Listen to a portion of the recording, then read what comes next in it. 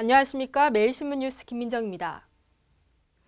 경상북도와 경북도의회가 일본의 독도 영유권 주장을 시대착오적 제국주의 도발로 규정하고 백서 폐기를 촉구했습니다. 김관효 경북도지사와 경북도의회는 9일 긴급 성명에서 일본의 영토 도발은 이미 역사가 단죄한 침략주의의 부활을 회책하는 시대착오적 망동이자 제2차 세계대전 전범국인 일본에 대해 국제사회가 베푼 무한 관용을 배신한 행위로 도저히 묵관할 수 없다고 강력히 비판했습니다.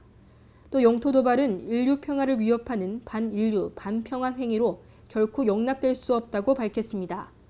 특히 일본이 역사 자료를 무시하고 독도를 자기 영토라 주장하는 것은 아직도 과거 제국주의 침탈 역사를 반성하지 못한 시대 역행적이라며 왜곡된 역사인식과 정치 망동은 동북아 지역에서의 고립을 자초함과 동시에 국제 미아로의 전락을 재촉할 뿐이라고 비판했습니다.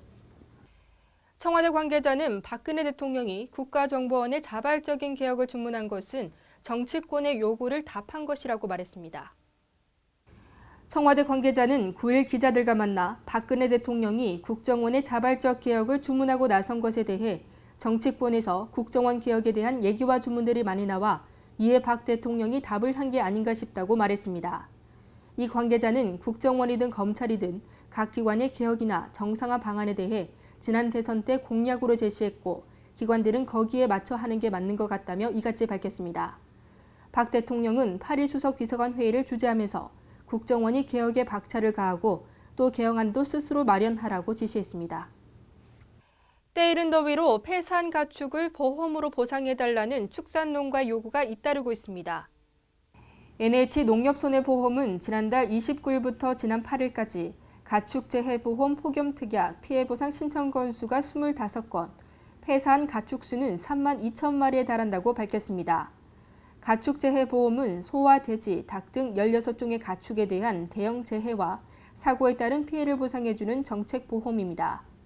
특히 지난해에는 7월 20일에 폭염특약 첫 피해가 접수됐지만 올해는 이보다 20일 이상 빠른 지난달 29일 처음으로 피해가 접수됐습니다. 또 이른 더위에 폐산 가축의 99%가 닭과 오리 등 가금류인 것으로 나타났습니다.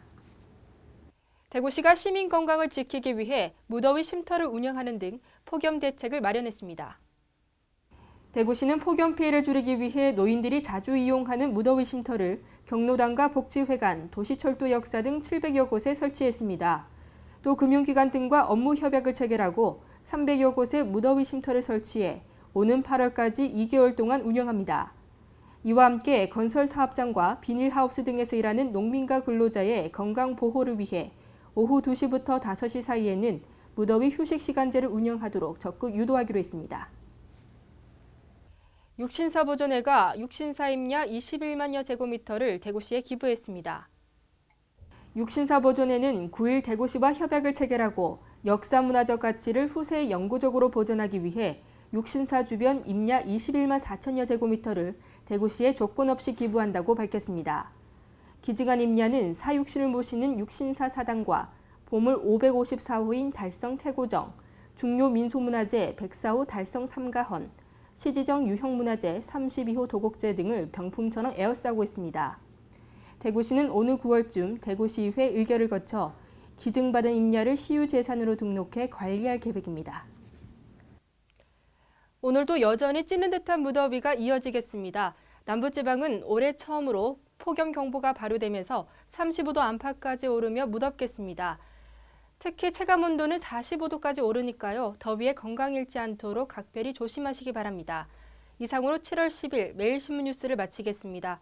시청해주신 여러분 감사합니다.